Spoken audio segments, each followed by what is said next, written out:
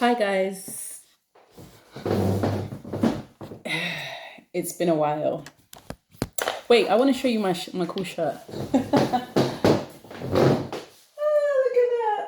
I love that. I've had this shirt since I was God, I can't remember. It's been a while. Since I was like what 16, and I'm still wearing it now, more than 10 years later.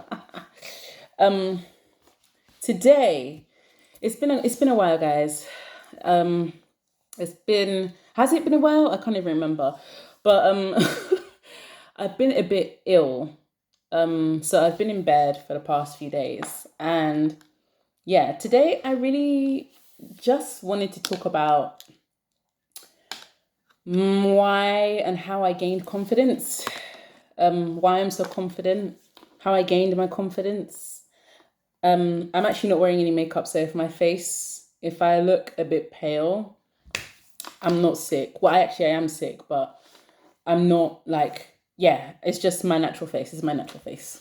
So essentially, how I gained confidence was an interesting experience. It wasn't the usual glow up, where you start wearing makeup, you get your body right, and it wasn't any of that. I would say I'm an incredibly confident person.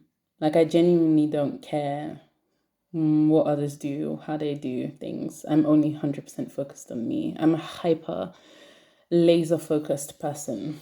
Like, probably one of the most focused people you can ever imagine. To the point, almost to the point of self absorption, I would say. And I don't really feel bad about it. I'm constantly aware of myself. And I would say that I am someone who, it's hard to explain. I have basically used, well, I wouldn't say I've used, but terror has been a huge force for my confidence.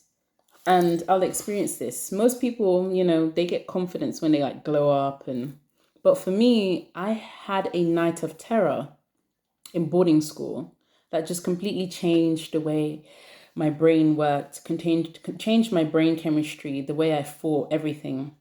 And yeah, now this happened to me when I was 14. I call this the night of terror. My life is divided into two parts. My life before the night of terror and my life after the night of terror. And essentially,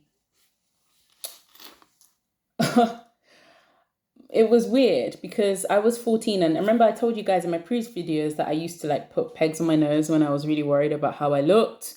I used to put pegs on my nose, and I used to, I don't know, do things like put boiling water on my face, and it's just crazy stuff when I was 14. And all of those issues I had, and I would say that when I was younger, I wasn't really confident when I was a kid, like in my teens, early teens, 12, 13, I was more angry and insecure. And then when I got into like 14, 15, I became quite self conscious and started doing stuff. But after this night of terror, I just gained so much confidence and I was never the same after this night of terror. So essentially what happened was it was just me and my mother in Nigeria in boarding school for a while. It was just me and my mother. When we relocated, when we left the UK, it was just me and my mother for a long time in boarding school. And obviously it was just me. Before my little sister and my father joined us, it was just me and my mother. Me and my mother did everything. We were incredibly close because obviously I felt very out of place going to a country that I hadn't been to for the first time in my life. So I'd just been spending time with my mother. We'd just been going out, having fun. Maybe I'd been spending time with a couple of the kids in the compound because my mother owns this huge house where she rented out. She had like 8 flats and she rented out like 4 of them. So I sometimes there were kids in the compound, so I would play with them. And it was time to go back to boarding school. Unfortunately, we made the mistake of getting the wrong day. And the day before, my mom had a massive Jeep and it broken down because we'd basically gone on a joyride and the car battery had disconnected from the car. It was very funny. So unfortunately, when she carried me to boarding school, she was carrying a lot of things and we had to take public transport. So by the time I got to boarding school, I I don't even know how to explain it. By the time I got to boarding school, there was nobody there. The boarding school was empty. And that was when I'd realized that I'd made the horrible mistake of arriving at the wrong day. In matter of fact, boarding school was starting up again the day afterwards. And I had no clue. So I'd come back to a boarding school that was completely empty. They let me in, but I'd come into a boarding school that was completely empty. No students, no teachers, nothing. It was already, I already felt like there was a bad vibe there. I don't know how to explain it. And now my boarding school was built on a mass cemetery. I'm not sure if it was as part of the Nigerian Civil War, where soldiers or people were buried, but it was just built on a mass cemetery. And I felt uncomfortable. And as soon as I rushed out, my mom told me, don't worry, the matron. And the matron that was there, she was very unusual. She was a weird woman. She wasn't normal. She didn't act like a normal elderly person. I've never met an elderly person that acted like her before. There was something weird and unsettling about her. She just didn't, I don't know, she just gave off a very, not a good vibe from me. And my mom was like, I'm just going to talk to the matron. You can go and start eating in the classroom, because she'd packed some dinner for me to eat. And when I realized that there was nobody in the boarding school, I rushed to tell my mom, Mom, there's nobody at boarding school. It's just me. It's just me. I'm here on my own. And my mom had already gone. And I was so miserable. I burst into tears. I was crying and I missed my mother so much. And I said to myself, okay, well, I've got to stop crying now. My mum has gone. I'm alone in the boarding school, just the matron. There were some other seniors, but they had their own quarters away from me. They had their own quarters completely away. Yeah, imagine being alone in a boarding school that's meant for 500 to 600 people. It's incredibly, incredibly isolating and scary. So my mom had already gone, and I said, okay, well, I remember I was just a child. I just wiped my tears, and I said, well, okay, we've got to stop crying now because mummy has gone, and you don't have a phone because you're not allowed phones in boarding school. Phones are contraband. We used to smuggle phones and sweets. We had a whole underground network in boarding school. We smuggled phones, sweets.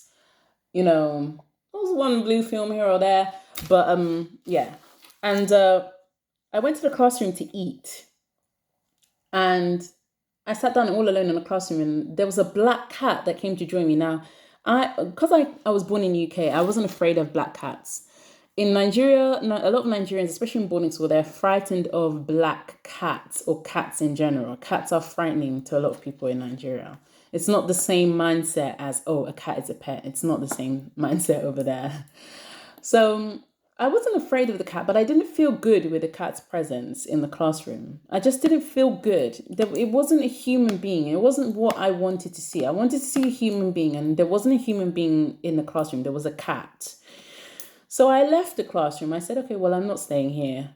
I left the classroom, carried the remainder of my food to the bedroom, to the hostel, to the dorm room.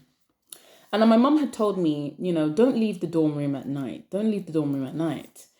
So I carried the remainder of my food to the dorm room, and I went to stay in my dorm room. And when I finished eating, there was a fan blowing on top because there's fans in the hostel.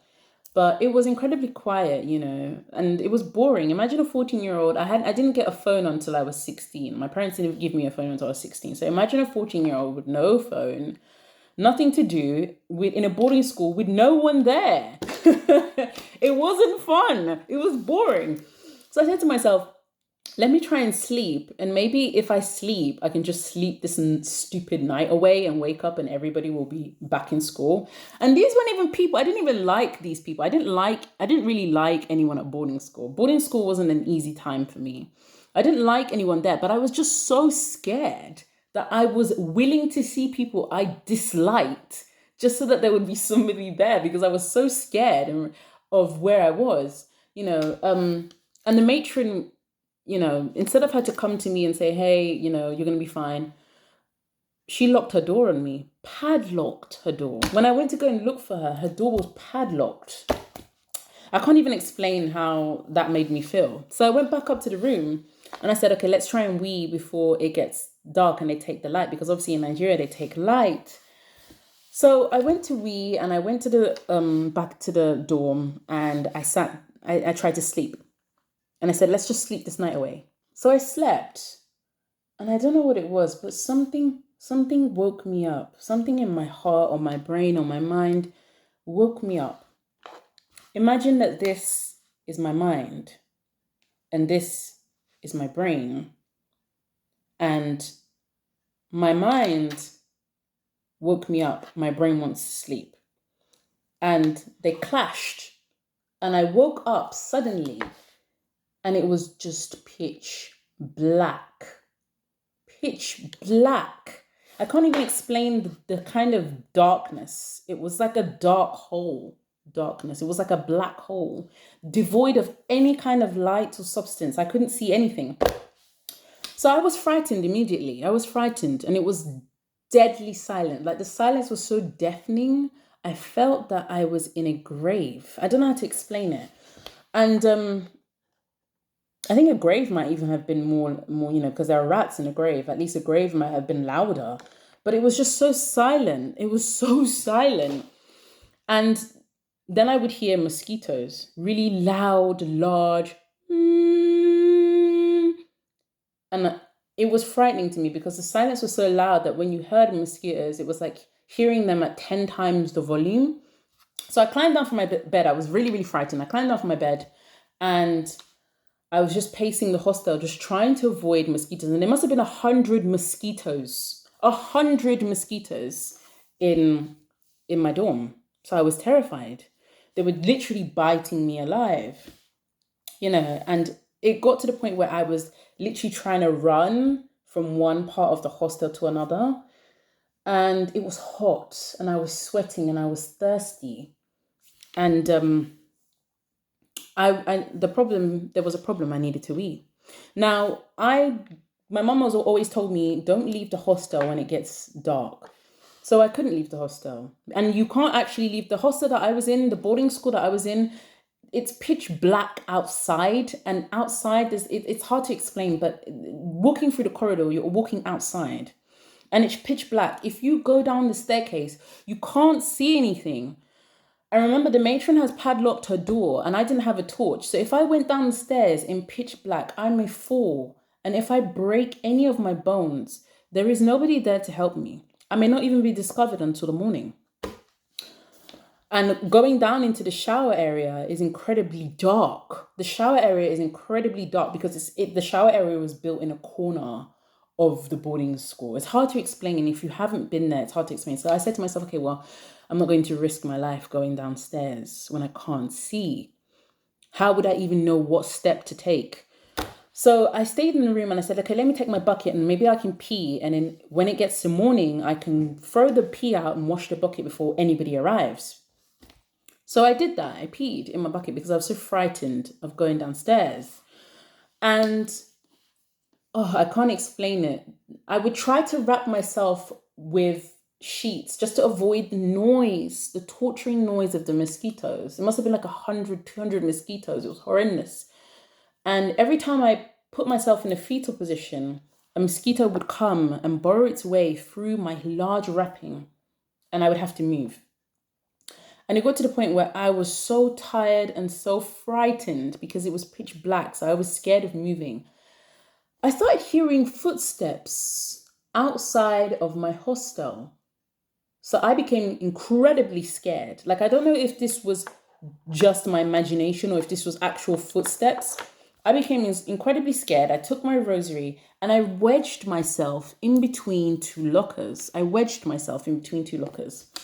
And I stayed like that in a stiff position.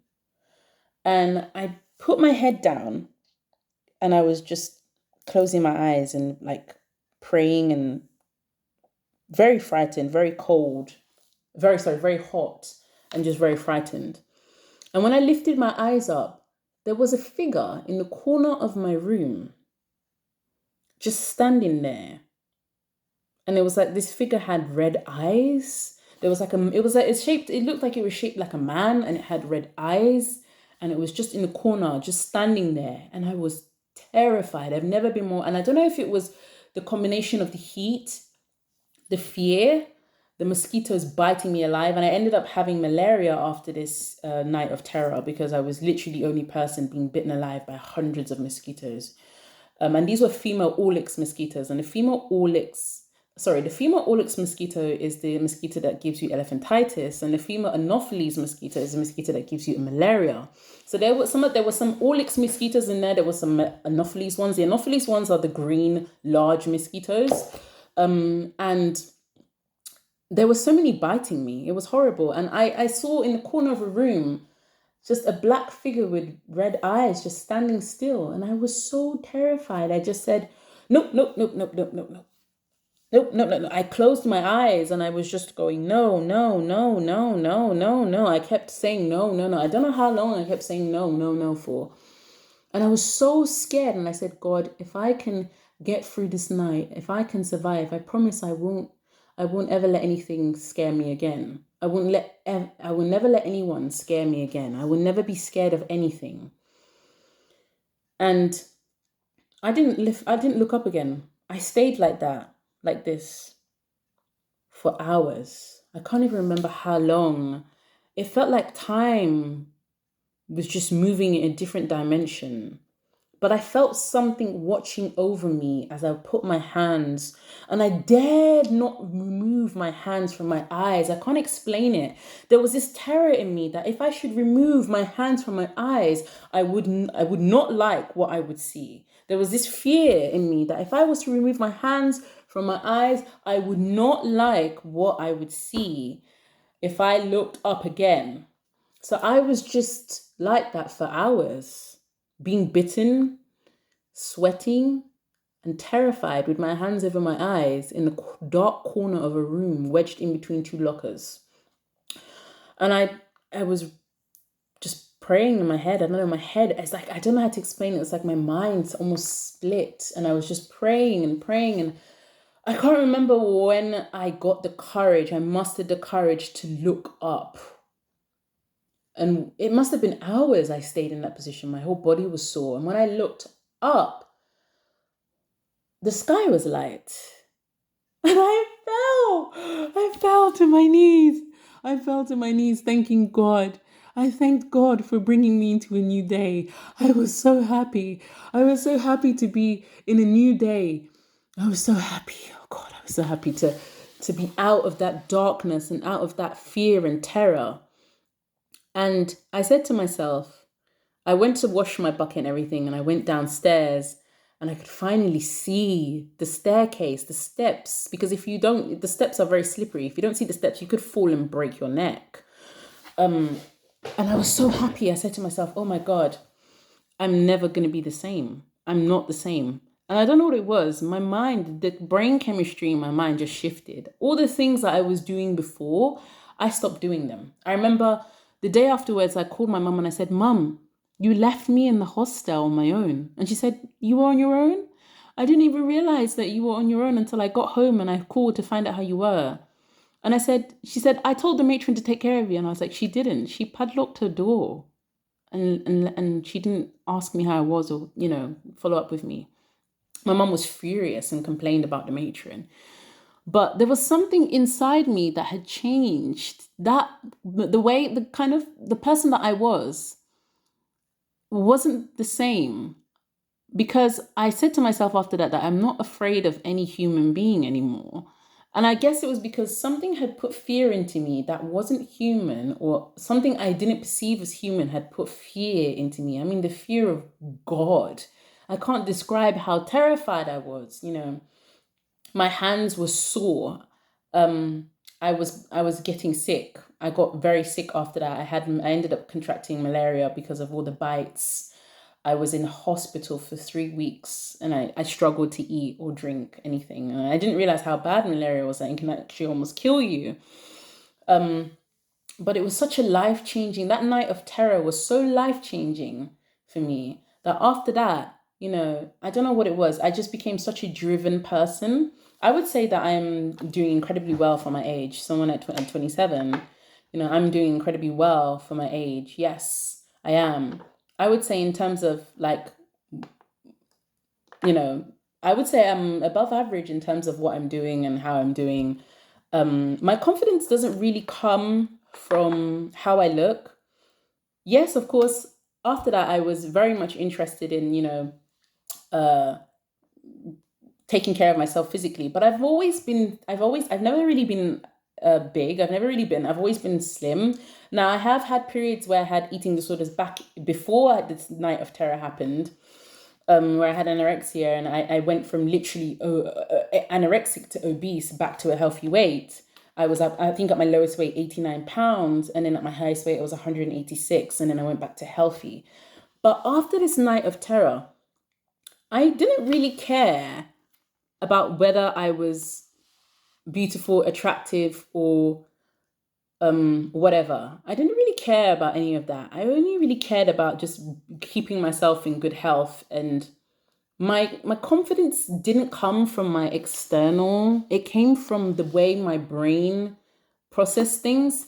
And after that incident, I stopped caring completely. I stopped. So I am incredibly, and I'm very aware that I'm incredibly apathetic. Sometimes I worry, actually, that it's a bit too much because I do care about, so I'm fortunate in that I do care about my family and my friends, but that's really as far as it goes. Like, I can't even explain it. I'm so hyper focused that it's almost led me to not, in a way, it's good because I don't really feel envy or jealousy, I guess, or what people call envy and jealousy. When I see people experiencing being jealous of another person, I wonder what that's like because I, in my mind, I would have to be incredibly invested in someone to be jealous or to even gain the idea of being jealous or envious. And because I don't care about what other people do, that chance has never really arisen. So it doesn't mean I do feel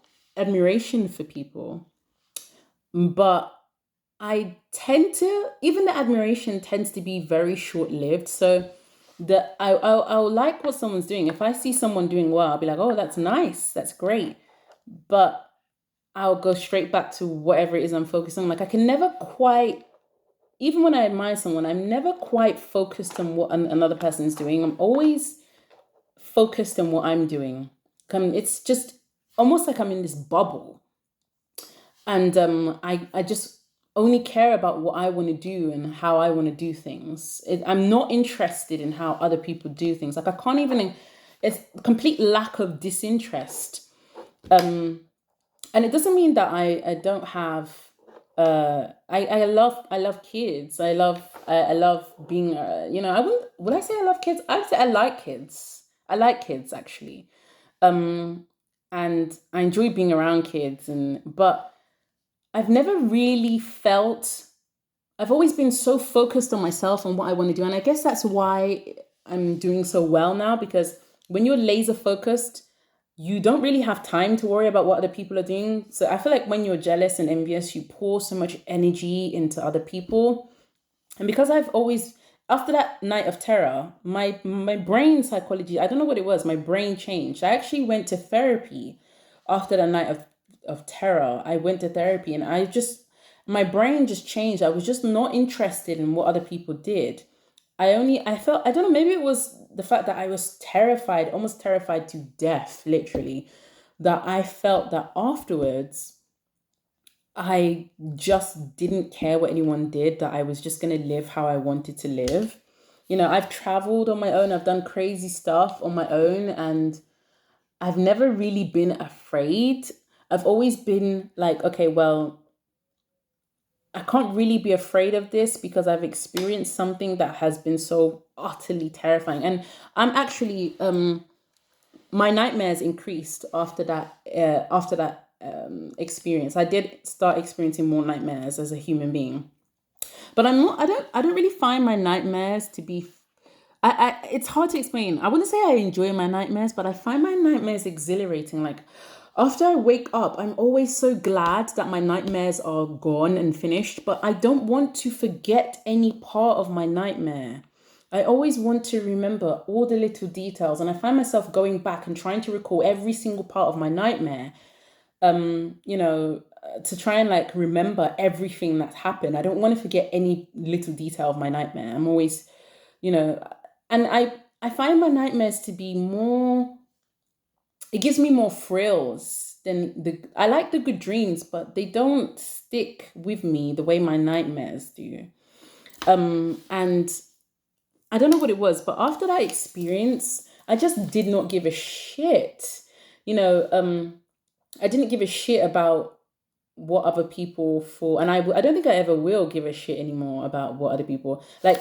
Other people could call me whatever the fuck they want to call me, and I genuinely, I sometimes I feel like I wish I could care, like almost like it's bad that I don't. Sometimes I feel almost bad, but then I almost don't feel bad. It's hard to explain. I feel like maybe I should care. I don't know, maybe it's not good that I don't care, but at the same time I just don't care. It's hard to explain. You know, ever since that whole night, that was really how I gained my confidence. You know, I was just like, well, um, I'm gonna do whatever I want to do. I moved out of my parents' house when I was 17, guys. I was already, after that whole experience, I was ready. I was ready. I was like, I'm gonna go out and do what I want to do and seek my fortune and do whatever I want. And I don't know how to explain it. It was just, I was already paying bills at 17, having my own apartment at 17. It was just crazy. And I was just so, I don't know, I felt so grateful to be alive after that pure terror. Like, I can't even explain what being wedged in a dark corner with your hands over your eyes for hours and hours will do, but it will change you. And I just wasn't the same person anymore, you know. And I've just, I guess, I don't know how to explain it.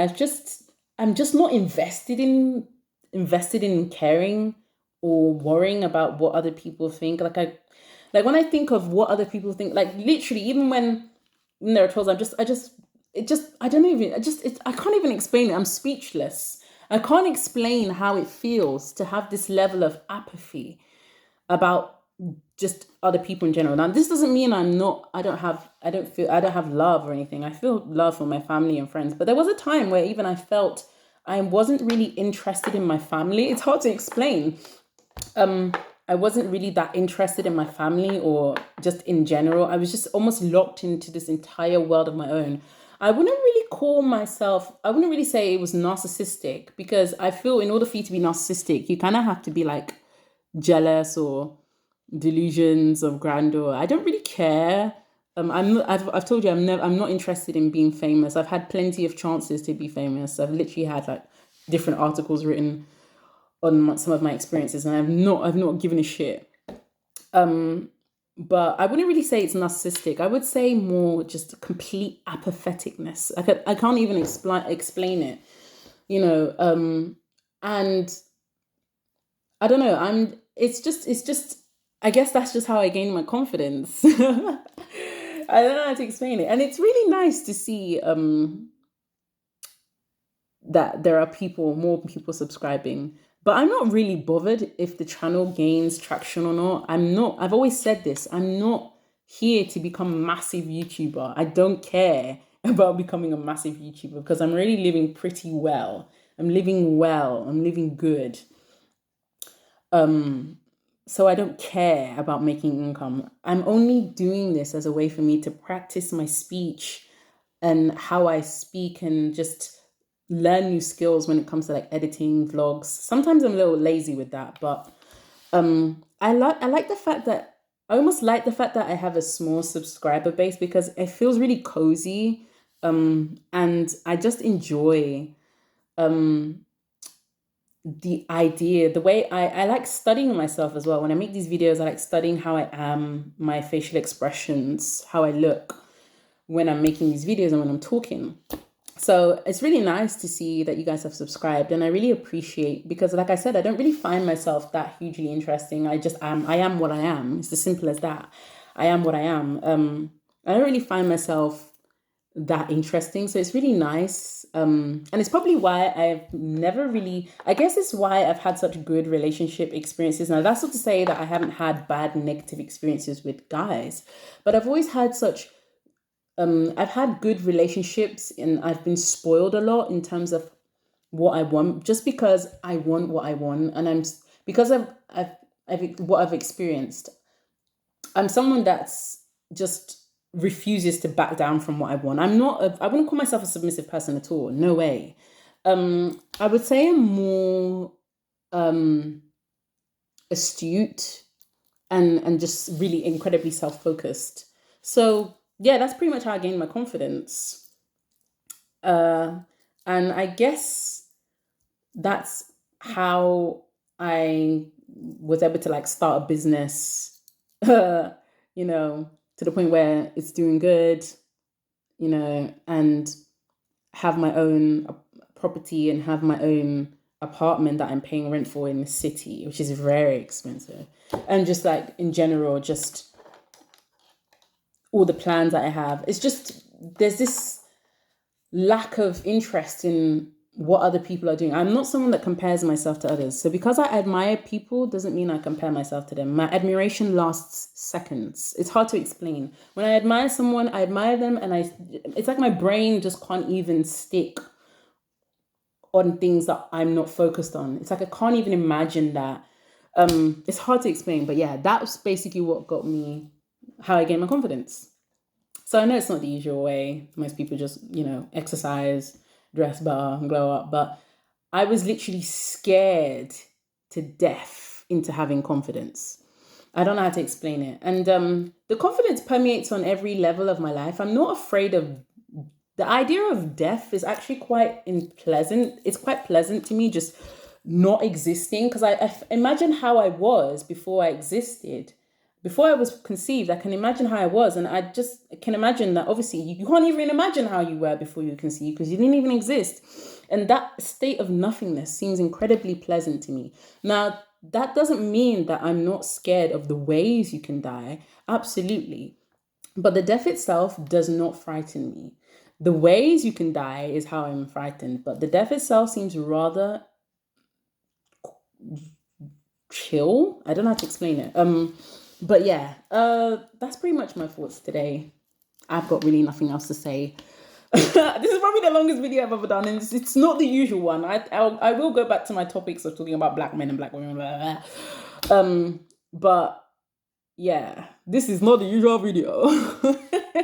It's not my usual video. This is just for you to know a bit more about me and how I came to have the character I have, and how I came to be the person I was, and how I came to be the person I am, So yeah, that's pretty much all I have to say today. I hope you guys have enjoyed the video. My next video will probably be talking about, God, what am I talking about? I don't know. I want to do some vlogs and stuff because I've been out a lot recently. I've been out a lot. So I want to do some vlogs and stuff. But yeah, this is just what the video was about. So thank you very much for watching. Don't forget to like and subscribe. And I hope that all of you guys will eventually gain confidence one day that isn't rooted on your external image or but it, rooted inside. Because my confidence isn't based on how I look. It's based on, or it's not based on how I look or what I say or what I do. It's based on my thought process, how I think and perceive the world and observe things and process information. That's how my confidence is gained. So yeah.